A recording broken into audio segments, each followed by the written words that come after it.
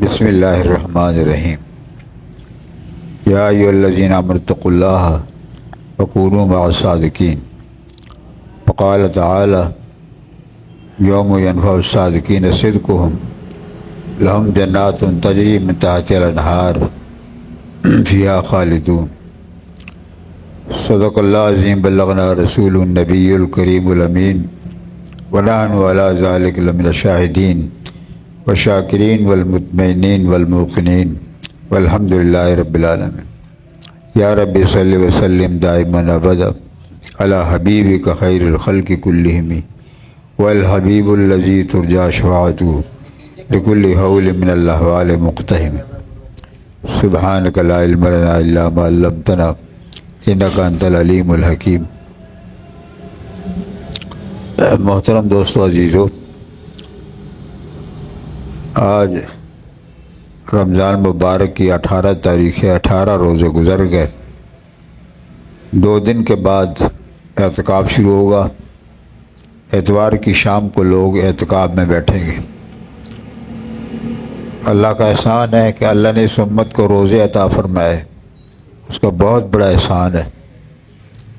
امام الانبیاء سرکار دو عالم صلی اللہ علیہ وسلم کا فرمان مبارک ہے کہ اگر میری امت کو معلوم ہوتا کہ رمضان میں کیا کیا اللہ کی رحمتیں نازل ہوتی ہیں اور رمضان کے اندر کیا کیا کچھ اللہ کی طرف سے ہو رہا ہے، کتنی نعمتیں اور رحمتیں برسا رہا ہے، تو میری امت تمنا کرے گی کہ سارا سال رمضان ہو جائے، کتنی اللہ کی رحمت برستی۔ اور حضرت علی رضی اللہ عنہ فرمایا کرتے تھے کہ اگر اللہ نے اس امت کو عذاب دینا ہوتا تو رمضان اور سورہ اخلاص نازل نہ فرماتے۔ رمضان کی برکت سے اور سورہ اخلاص کی برکت سے اللہ نے عذاب کو روکا ہوا ہے۔ اللہ کی مرضی ہوتی اس امت کو عذاب دینے کا تو یہ دونوں چیزیں نہ ملتی، لیکن اللہ کا ارادہ ہوا کہ اس امت کو عذاب نہ دیا جائے تو اللہ نے اس امت کو رمضان دے دیا اور سورہ اخلاص دے دیا۔ اللہ پاک ہمیں باقی ایام کی قدر کرنے کی توفیق عطا فرمائے۔ رمضان کی جو برکتیں وہی حاصل کرتا ہے جو اس کے اندر اعمال پورے کے پورے کر رہا ہے، بلکہ پہلے سے زیادہ کر رہا ہے۔ تلاوت بھی زیادہ ہو، عبادت بھی زیادہ ہو، نیکیاں بھی زیادہ ہو، اعمال بھی زیادہ ہو، گناہ کم ہو، گناہوں سے آدمی آپ بچے، نافرمانی سے بچے اور اس کو نیکیوں سے آباد کرے، تلاوت قرآن کریم سے رمضان کو آباد کرے۔ سلطان سلیم الچشتی وہ ترکی کے صدر تھے، تو انہوں نے ایک کمرہ بنا استنبول کے اندر، تو اس میں امام الانبیاء کے تبرکات رکھے۔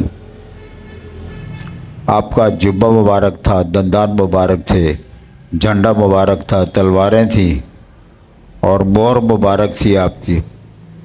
یہ 6-7 چیزیں تبرک یہ مصر سے وہ استنبول لے کے آئے، اور جس کمرے میں تبرکات کو رکھا گیا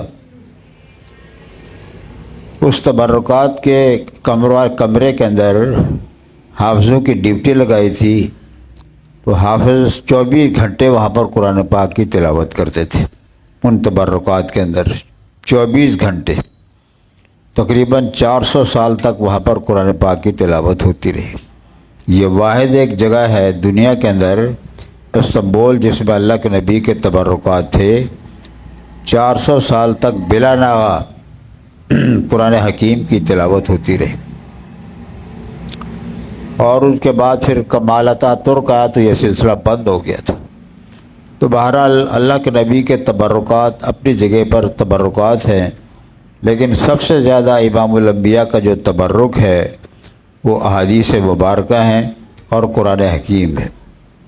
قرآن حکیم اللہ نے اپنے نبی پہ نازل فرمایا، 23 سال تک اللہ نے گفتگو فرمائی، نبی پاک علیہ وسلم مکالمہ فرمایا، آپ سے بات چیت کی۔ 23 سال تک اللہ نے براہ راست اللہ امام الانبیاء سے بات چیت کی، تو بتاؤ اس سے بڑا تبرک کیا ہو سکتا ہے جس میں اللہ نے اپنے نبی سے کلام کیا ہو۔ اس واسطے اس کو کلام بھی کہتے ہیں اور قرآن مجید بھی کہتے ہیں، کلام اللہ بھی اس کو کہا جاتا ہے۔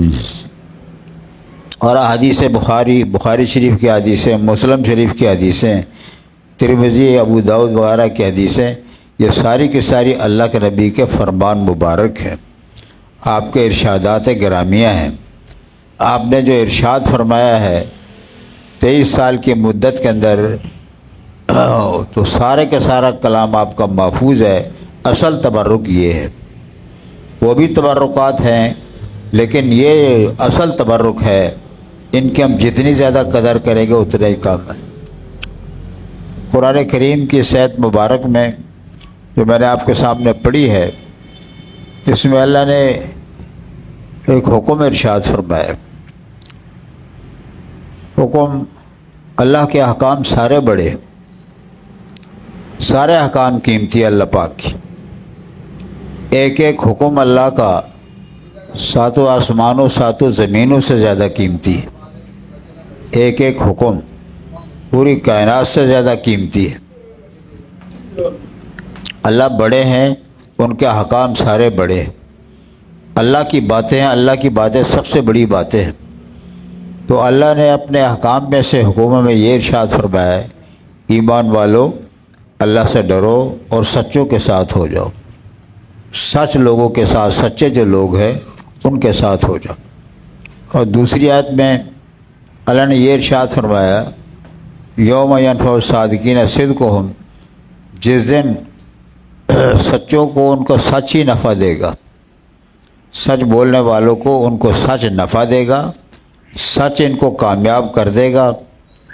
ان کے لیے کامیابی یہ ہے، ان کے لیے قسم قسم کے باغات ہوں گے، ان کے انگور کے باغات، کیلے کے باغات اور تمام پھلوں کے باغات ہوں گے، اور ہر باغ کے نیچے سے 4 نہریں جاری ہوں گی، دودھ کی نہر، ٹھنڈے پانی کی نہر، شرابن طہورہ کی نہر اور اصل مصفیٰ شہد کی نہر ان باغوں کے نیچے سے وہ چل رہی ہوں گی۔ جس کی طرف جنت اشارہ کرے گا جنتی، اس کے منہ میں تک وہ آ جائے گا۔ تو اس لیے اللہ فرماتے ہیں یہ کامیابی اصل کامیابی ہے، اسی کو کامیابی کہتے ہیں۔ اصل کامیابی آخرت کی کامیابی ہے، دنیا کی کامیابی عارضی ہے۔ یہ کامیابی، اس کو کامیابی کہنا بھی حماقت ہے، یہ کامیابی نہیں ہے۔ اصل کامیابی وہ ہے جس زندگی میں موت نہیں آئے گی، جس زندگی میں پریشانی نہیں آئے گی، جس زندگی میں مصیبت نہیں آئے گی، جس زندگی میں موت نہیں آئے گی، جس زندگی میں خوشیاں میں دن بدن اضافہ ہوگا، طاقت میں اضافہ، قوت میں اضافہ، خوشی میں اضافہ، ہر آن ہر گھڑی اضافہ ہی اضافہ ہوتا رہے گا۔ بہرحال اللہ فرماتے ہیں کہ اس دن سچائی، سچ بولنے والوں کو پتہ چلے گا کہ سچ نے ہمیں کتنا نفع پہنچایا، سچ بات نے کتنا نفع پہنچایا۔ تو حکم اللہ کا یہ سچ بولنا ہے، سچ بولنا، جھوٹ سے نفرت کرنا اور ہمیشہ سچ بولنا، چاہے جان ہی کیوں نہ چلی جائے، جان بھی چلی جائے لیکن سچ بولنا ہاتھ سے نہ چھوٹے، سچائی پہ ثابت قدم رہے۔ اللہ اشار فرماتے ہیں، ایمان والو اللہ سے ڈرو، سچ وہی بولے گا جو اللہ سے ڈرے گا۔ سچ وہ نہیں بول سکتا ہے جس کو اللہ کا ڈر نہیں، اللہ کا خوف نہیں۔ ہر آدمی کو اس دنیا میں دیکھتے ہیں، اپنے اولاد سے محبت ہے، ہر آدمی کو اپنی اولاد پیاری ہے، سب سے زیادہ اولاد اس کو پیاری ہے۔ اولاد کے لیے کیا کچھ کر رہا ہے، رات دن لگا ہوا ہے اولاد کے لیے، نہ گرمی دیکھتا ہے، نہ سردی دیکھتا ہے، نہ کوئی بیماری دیکھتا ہے۔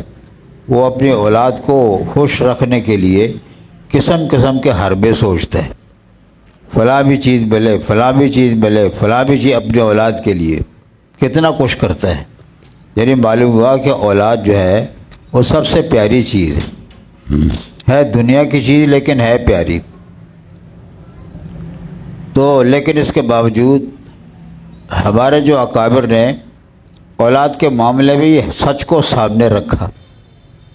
ریبی بن حراش رحمۃ اللہ علیہ حجاج بن یوسف کے زمانے میں ایک تابعی بزرگ تھے، تابعی بزرگ تھے، صحابہ کرام کی زیارت انہوں نے کی ہوئی تھی، ربی بن حراش رحمۃ اللہ علیہ۔ تو حجاج بن یوسف اپنے زمانے کا بہت بڑا ظالم تھا، ظالم نہیں بلکہ اظلم تھا۔ سارے علماء کہتے ہیں وہ اظلم الناس، دنیا بھر کے اندر وہی تھا، سب سے زیادہ ظلم کرنے والا حجاج بن یوسف تھا۔ اس نے ان کے دو بیٹے کو مطلوب تھے، ان کے بیٹوں نے حجاج کی مخالفت کی تھی، تو حجاج نے حکم دیا تھا ان کو پکڑ کے لاؤ۔ بہت کوشش کی لیکن پکڑے نہ جا سکے۔ آخر ایک دن انہوں نے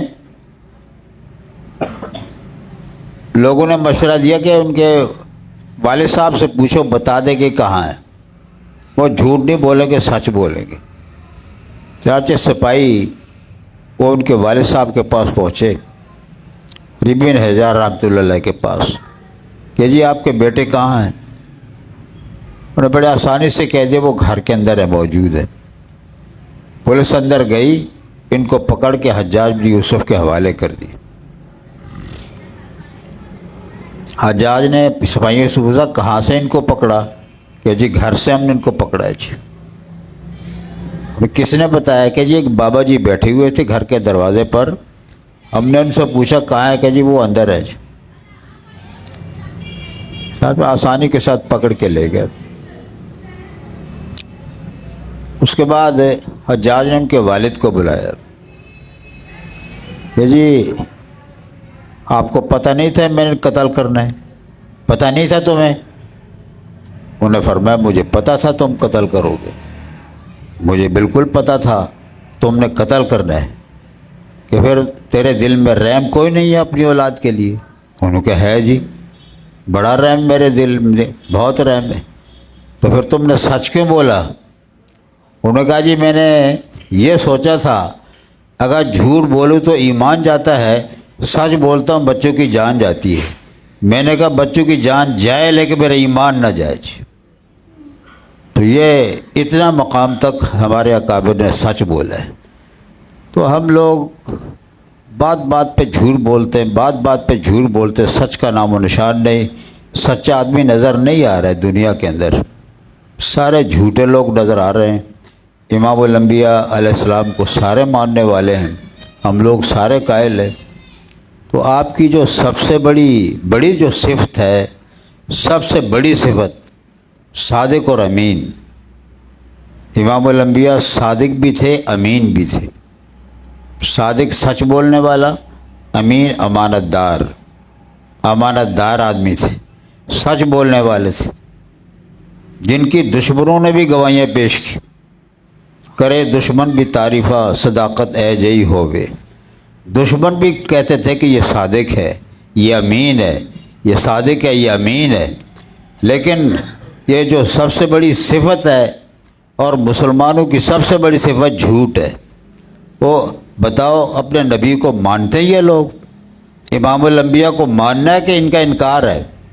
اگر زبان سے انکار نہیں، عملاً انکار ہو رہا ہے، عمل کے لحاظ سے انکار ہو رہا ہے کہ امام الانبیاء سچے اور امانت دار اور ہم جھوٹے اور خیانت کرنے والے، تو کیسے نبی سے نسبت ہوگی؟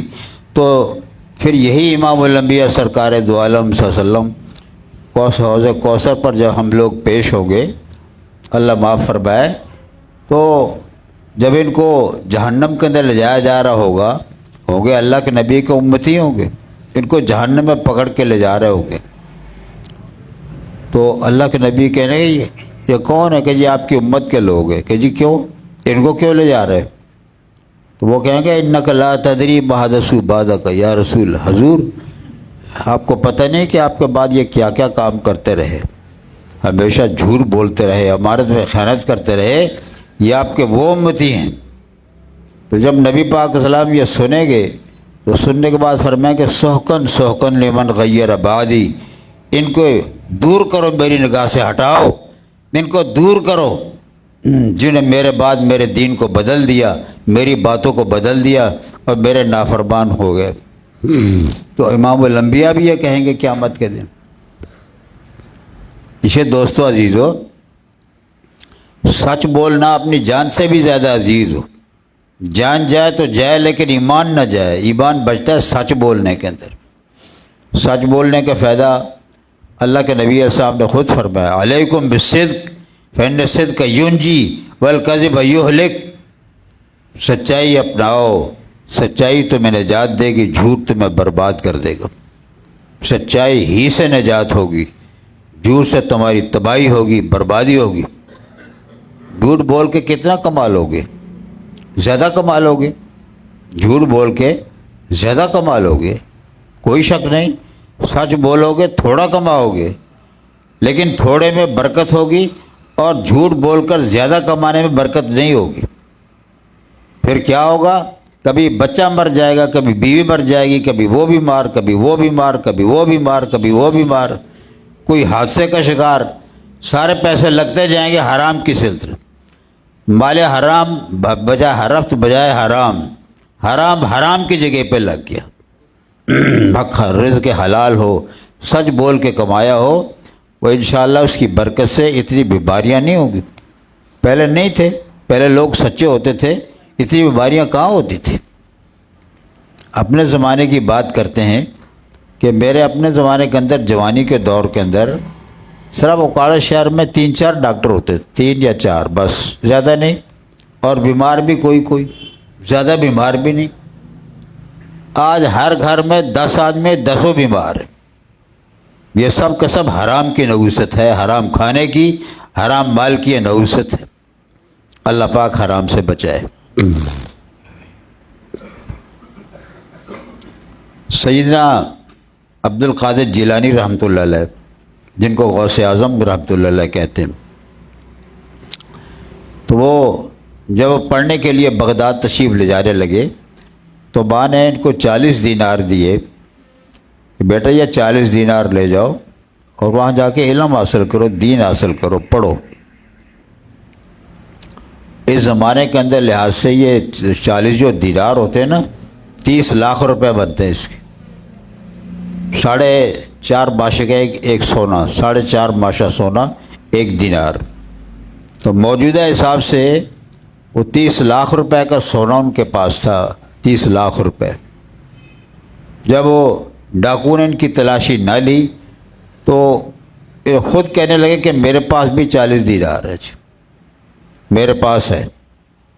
باقی لوگوں نے جھوٹ بولا، لیکن جھوٹ بولنے سے ان کی نجات نہیں ہوئی، پھر بھی پکڑے گئے۔ انہوں نے سچ بول کے کہا کہ جی میرے پاس یہ پیسے لے لو، چنانچہ انہوں نے کھول کے لے لیے پیسے۔ پھر وہ اتنی بڑی رقم ایک بچے کے پاس، وہ حیران ہو گئے۔ اپنے سردار کے پاس گئے کہ جی وہ ایک بچہ تھا چھوٹا سا، اس کے پاس ہم نے کچھ تلاشی بھی نہیں شروع کی اور اس نے جھوٹ بھی نہیں بولا، سچ بولا۔ فوراً کہہ دیا کہ میری جیب میں 40 دینار موجود ہے، جو 30 لاکھ روپے۔ تو ڈاکو سن کا حیران ہوا، ان کو بلایا کہ بیٹا آپ نے سچ کیوں بولا ہے؟ آپ کو پتہ نہیں تھا ہم ڈاکو ہیں؟ انہوں نے کہا پتہ تھا۔ کہ پھر کیوں؟ کہ میری اماں نے کہا تھا بیٹا سچ بول لے، میری ماں نے کہا تھا، اس واسطے میں نے سچ ہی بولنا تھا۔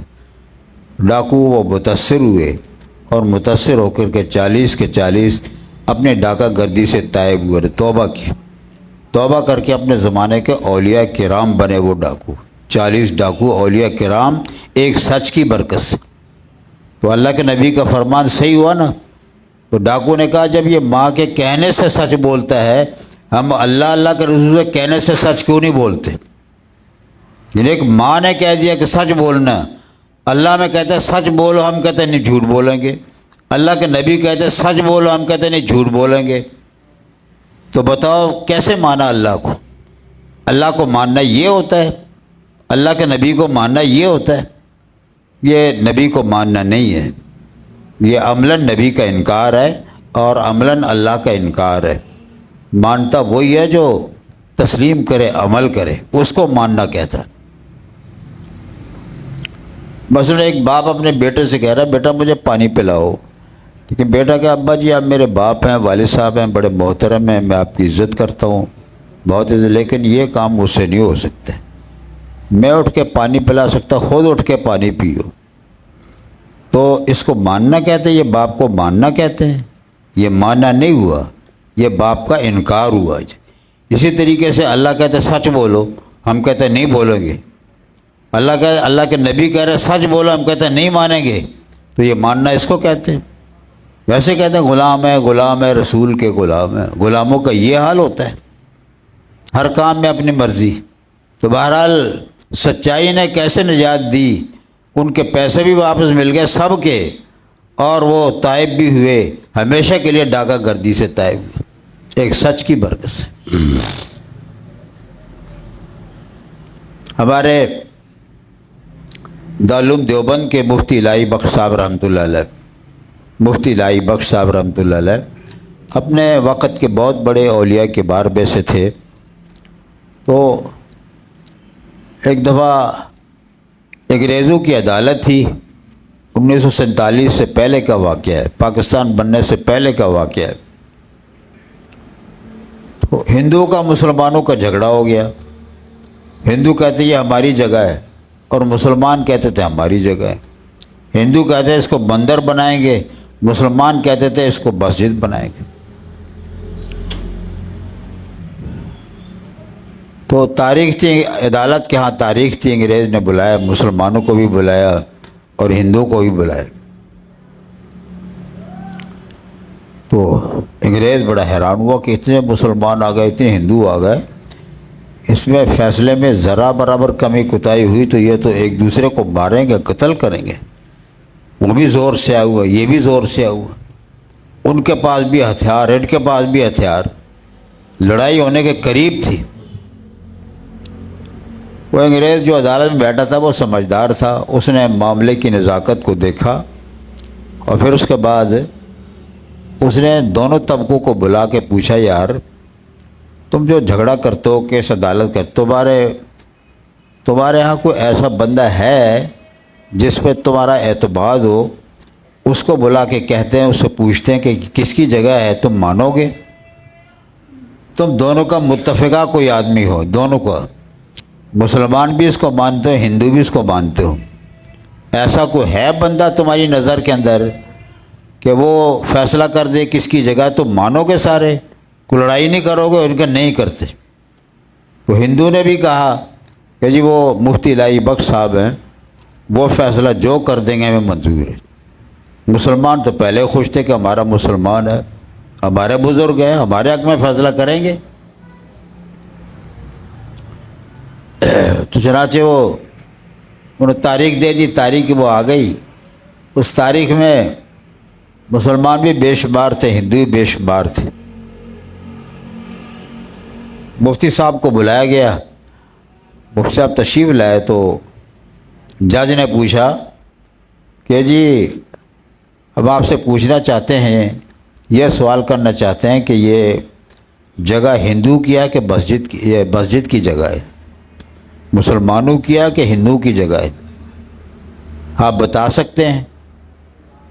تو مفتی صاحب نے فوراً فرمایا کہ یہ ہندو کی جگہ ہے جی۔ مسلمان تو بڑے ناراض ہو گئے، جی ہیں؟ تو انگریز نے، جج نے یہ کہا کہ وہ تو اس پر بندر بنائیں گے، ان کا بنا لیں بندر، جب ان کی چیز ہے تو ہمیں کیا ضرورت ہے بلانے کی؟ جب بندر بنا لے، جو مرضی بنا لے، جب ان کی جگہ جو مرضی بنا لے، بھائی جس کی جو جگہ ہے وہ اپنی جگہ میں جو مرضی بنا سکتا ہے۔ جب یہ فیصلہ ہوا، مسلمان تو بڑے ناراض ہوئے، ہندو بڑے خوش ہوئے، اور ہندوؤں نے خوش ہو کر کے پھر بعد میں اعلان کیا کہ مفتی صاحب کے سچ بولنے کی برکت سے ہم بھی مسلمان ہوتے ہیں اور ہم بھی اس جگہ پر مسجد بنائیں گے جی۔ سچ نے یہ کام کیا جی۔ تو پھر جج نے فیصلہ لکھا کہ اس کیس کے اندر مسلمان ہار گئے لیکن اسلام جیت گیا ہے جی۔ اسلام جیت گیا تو دیکھا آپ نے سچ کی برکت، اللہ کے نبی کا فرمان صحیح ہے کہ نہیں؟ آج ہم لوگوں کو جھوٹ نے برباد کر رکھے ہیں، کسی کو سکون نہیں، کسی کو اطمینان نہیں، جس کو بھی دیکھو رو رہا ہے، جس کو بھی ہائے میں مر گیا، ہائے میں مر گیا، جس کو بھی دیکھو یہی کچھ کر رہے۔ تو اللہ پاک فرماتا ہے اللہ سے ڈرو اور سچ بولو، امام الانبیاء سرکار دو عالم صلی اللہ علیہ وسلم کا فرمان ہے التاجر الصدوق الامین مع النبیین و صدیقین و شہداء و صالحین، جو تاجر سچا ہو، بہت سچ بولنے والا ہو. ایک ہے صادق، ایک ہے صدوق. صادق اور صدوق کے معنی میں فرق ہے. صادق کے معنی سچ بولنے والا، لیکن صدوق کے معنی بہت سچ بولنے والا، بہت زیادہ سچ بولنا، مبالغے کا صیغہ. تو آپ نے فرمایا جو سچا تاجر ہے، ایماندار تاجر ہے، سچ بولنے والا ہے، اس کا حشر قیامت کے دن نبیوں کے ساتھ ہوگا، اس کا حشر صدیقین کے ساتھ ہوگا، اس کا حشر شہیدوں کے ساتھ ہوگا، اس کا حشر امت کے اولیاء کرام اور بزرگان دین کے ساتھ ہوگا. تو یہ ہے سچ کی برکت. اس لیے اس زمانے کے اندر ہمیں یہ رمضان شریف جو اور اعمال سکھاتا ہے، ہماری یہ بھی تربیت کرتا ہے کہ رمضان شریف میں گناہوں سے بچتے رہیں، اور گناہوں سے بچنے کے لیے جھوٹ کا سہارا نہ لیں بلکہ سچ بولیں. اس میں سچائی کو اپنا لیں اور تہیا کر لیں کہ ہم نے آج کے بعد سچ بولنا ہے، جھوٹ نہیں بولنا. جھوٹ میں جتنا کماؤ گے سارا ختم. جھوٹ کی مثال ایسے ہے جیسے کہ پاؤں میں ورم ہو جائے، پاؤں پھول جائے، پاؤں اتنا بڑا پاؤں موٹا ہو جائے، پھول کے ورم ہو جائے، ورم کی وجہ سے. تو حرام مال کے جو کمایا ہے وہ ہوگا بہت سارا، موٹا نظر آئے گا، مال موٹا نظر آئے گا، لیکن یہ ایسے ہی ہے جیسے کسی کے پاؤں کو ورم ہو. وہ تو بیماری کی وجہ سے، وہ تو بیماری کی وجہ سے ہے. اس کے صحت مند آدمی کا پاؤں پھولتا نہیں ہے. تو بہرحال سچائی پہ اللہ پاک میں قائم رہنے کی توفیق عطا فرمائے. ہمارے نبی سچے اور ہم بھی انشاءاللہ سچے، اللہ پاک سچے، ہم بھی سچے. سچ کے ساتھ دیں گے، سچ بولیں گے، جھوٹ ہم بولیں گے نہیں. انسان نیت کر لے، ارادہ کرے، اللہ پاک توفیق دے دیتے. یہ کہنا غلط ہے کہ جی جھوٹ کے بغیر گزارا نہیں، جھوٹ کے بغیر گزارا نہیں، اللہ معاف کرے. یہ کلمہ کفر کا ہے. اس کا مطلب یہ ہوا کہ اللہ پاک روزی دیتے ہیں لیکن جھوٹ بول کے دیتے، سچ بول کے روزی نہیں دیتے، جھوٹ بول کے دیتے. یہ عقیدہ بن جائے، عقیدہ غلط ہے. ایک وکیل صاحب تھے، وکیل بیچارے، وکیلوں کا کام تو ہے جھوٹ بولنا، سیاہ کو سفید دکھانا، سیاہ کو سفید دکھانا، اور سفید کو سیاہ دکھانے کا کام ہے. رات دن کا کام جھوٹ بولنے کا کام ہے.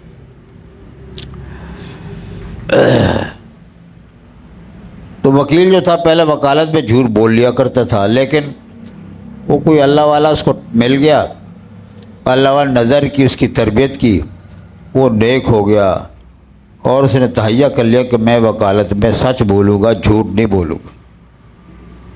وکالت کے اندر سچے میں نے کیس لینے ہیں، میں نے جھوٹے کیس نہیں لینے. جب اس نے دفتر میں آ کے اعلان کیا کہ لوگوں میری بات سنو کہ آج کے بعد میرے پاس سچے کیس لے کے آؤ، میرے پاس کوئی جھوٹے کیس لے کے نہ آنا. اگر کیس چلنے کے دوران مجھے پتہ چل گیا کہ یہ جھوٹا کیس ہے تو میں تمہاری جج کے سامنے مخالفت کروں گا. میں سچ سننا چاہتا ہوں، سچ بولنا چاہتا ہوں. میں نے سچ بولنا ہے، جھوٹ نہیں بولنا. لوگوں نے مذاق اڑایا. وکلا نے کہا لو مولوی نے اس کی مت مار دی ہے، کسی پتہ نہیں کس نے اس کو پاگل بنا دیا، اس کو دیوانہ بنا دیا. کوئی مجنوں کہہ رہا ہے، کوئی پاگل کہہ رہا ہے، کوئی دیوانہ کہہ رہا ہے سچ بولنے پر. جو جھوٹ بولنے والا ہے وہ بڑا عقل مند ہے، اور جو سچ بولنے والا بے وقوف ہے. معاذ اللہ، معاذ اللہ، ہماری اصطلاح کے اندر. لیکن اللہ کی اصطلاح نہیں ہے.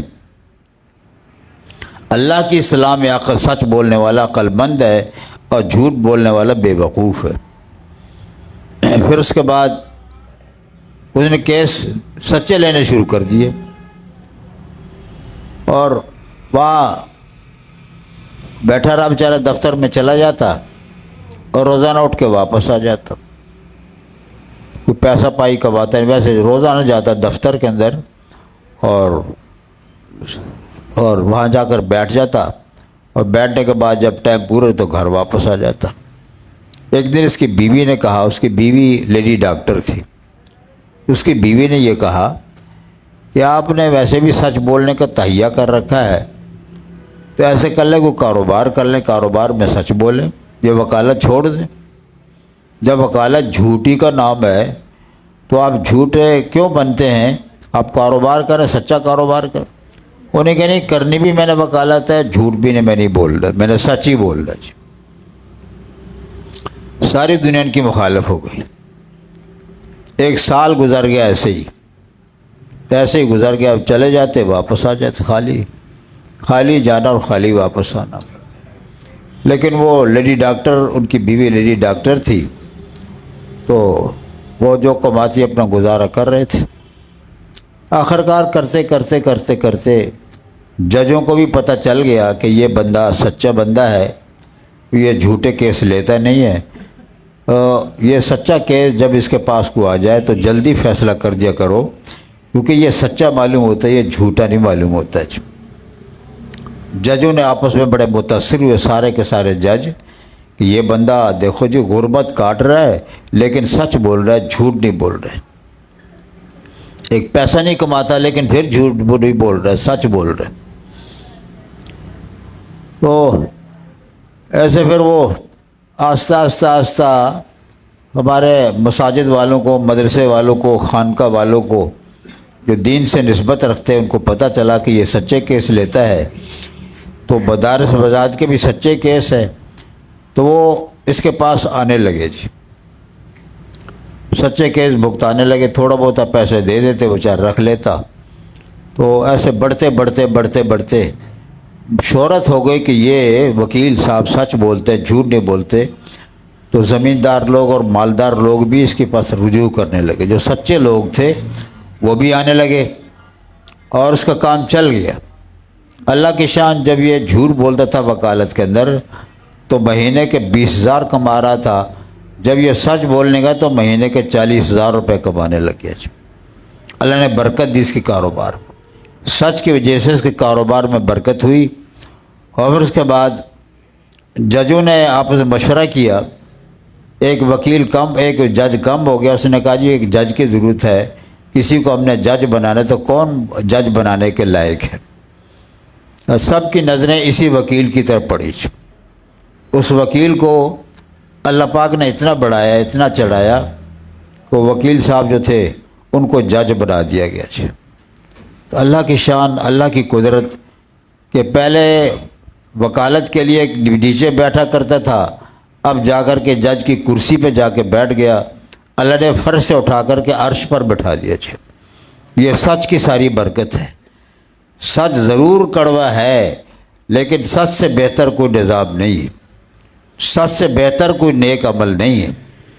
اللہ کے نبی جو مشہور ہوئے وہ سچائی کی وجہ سے ہی مشہور ہوئے، سچ بولنے کی وجہ سے ہی مشہور ہوئے۔ آپ نے پہلی تبلیغ میں فرمایا تھا، سب سے پہلی تبلیغ قوم قریش کو جو آپ نے فرمائی، اس میں یہ آپ نے پوچھا، سوال کیا کہ تم نے لوگوں نے مجھے آزمایا ہے، میری زندگی دیکھی ہے، 40 سال میں نے تمہارے اندر گزارے ہیں، لیکن بتاؤ میں نے تمہارے اندر کیسی زندگی گزاری؟ 40 سال زندگی گزاری میں نے، تم سب کو علم ہے۔ سب نے کہا جربناک مرارا ما وجدناک الا صادقا، ہم نے آپ کو 1 دفعہ نہیں، 2 دفعہ نہیں، ہم نے کئی دفعہ آپ کو آزمایا ہے، ہم نے ہر دفعہ آپ کو سچا ہی پایا ہے، آپ ہمیشہ سچ ہی بولتے ہیں، سچی بات کرتے ہیں، امانت داری بات کرتے ہیں۔ تو اس کے بعد پھر آپ نے جب دوسری تبلیغ فرمائی، اگر میں تمہیں یہ کہہ دوں کہ پہاڑ کے پیچھے ایک دشمن آ رہا ہے اور تم پر حملہ کرنے کے لیے یقین کرو گے؟ انہوں نے کہا بالکل یقین کریں گے۔ اگر آپ کہہ دیں نا پہاڑ کے پیچھے لشکر ہے اور ان کے پاس سامان اسلحہ وغیرہ موجود ہے، حملہ کرنے کے لیے آ رہے ہیں، ہم یقین کر لیں گے۔ یہ بات پوچھنے کے بعد پھر آپ نے فرمایا قولوا لا الہ الا اللہ تفلحوا، پھر پڑھ لو کلمہ لا الہ الا اللہ تفلحوا، کلمہ پڑھ لو کامیاب ہو جاؤ گے۔ پھر اس کے بعد انہوں نے مخالفت کی ہے اس بات کی، لیکن مانتے ان کو سچائی تھے۔ تو بہرحال اللہ کی صفت بھی یہی ہے، من اصدق من اللہ قیلا، اللہ سے سچا کون ہو سکتا ہے؟ اللہ کی بات سچی بات کس کی بات ہو سکتی ہے؟ اللہ کی باتیں ساری سچی، اللہ سچے، اللہ کے نبی سچے، ان کی باتیں سچی، اللہ کی باتیں سچی، اللہ کے احکام سچے، نبی کا فرمان سچا، نبی سچا، نبی کے فرمان سچے، تو بتاؤ امت کیسی ہے؟ امت کا کیا حال ہے؟ امت جھوٹی ہے ساری کی ساری۔ تو یہ نبی کو ماننا اس کو نہیں کہتے، یہ نبی کا انکار کہتے ہیں، عملاً نبی کا انکار ہے۔ نبی کو ماننا یہ ہے، نبی کو جو صفات ہیں ان کو اپنانے کی کوشش کی جائے، ان پر عمل کرنے کی کوشش کی جائے، اور سچ بولا جائے۔ سچ ہی میں برکت ہے، جھوٹ کے اندر نحوست ہی نحوست ہے۔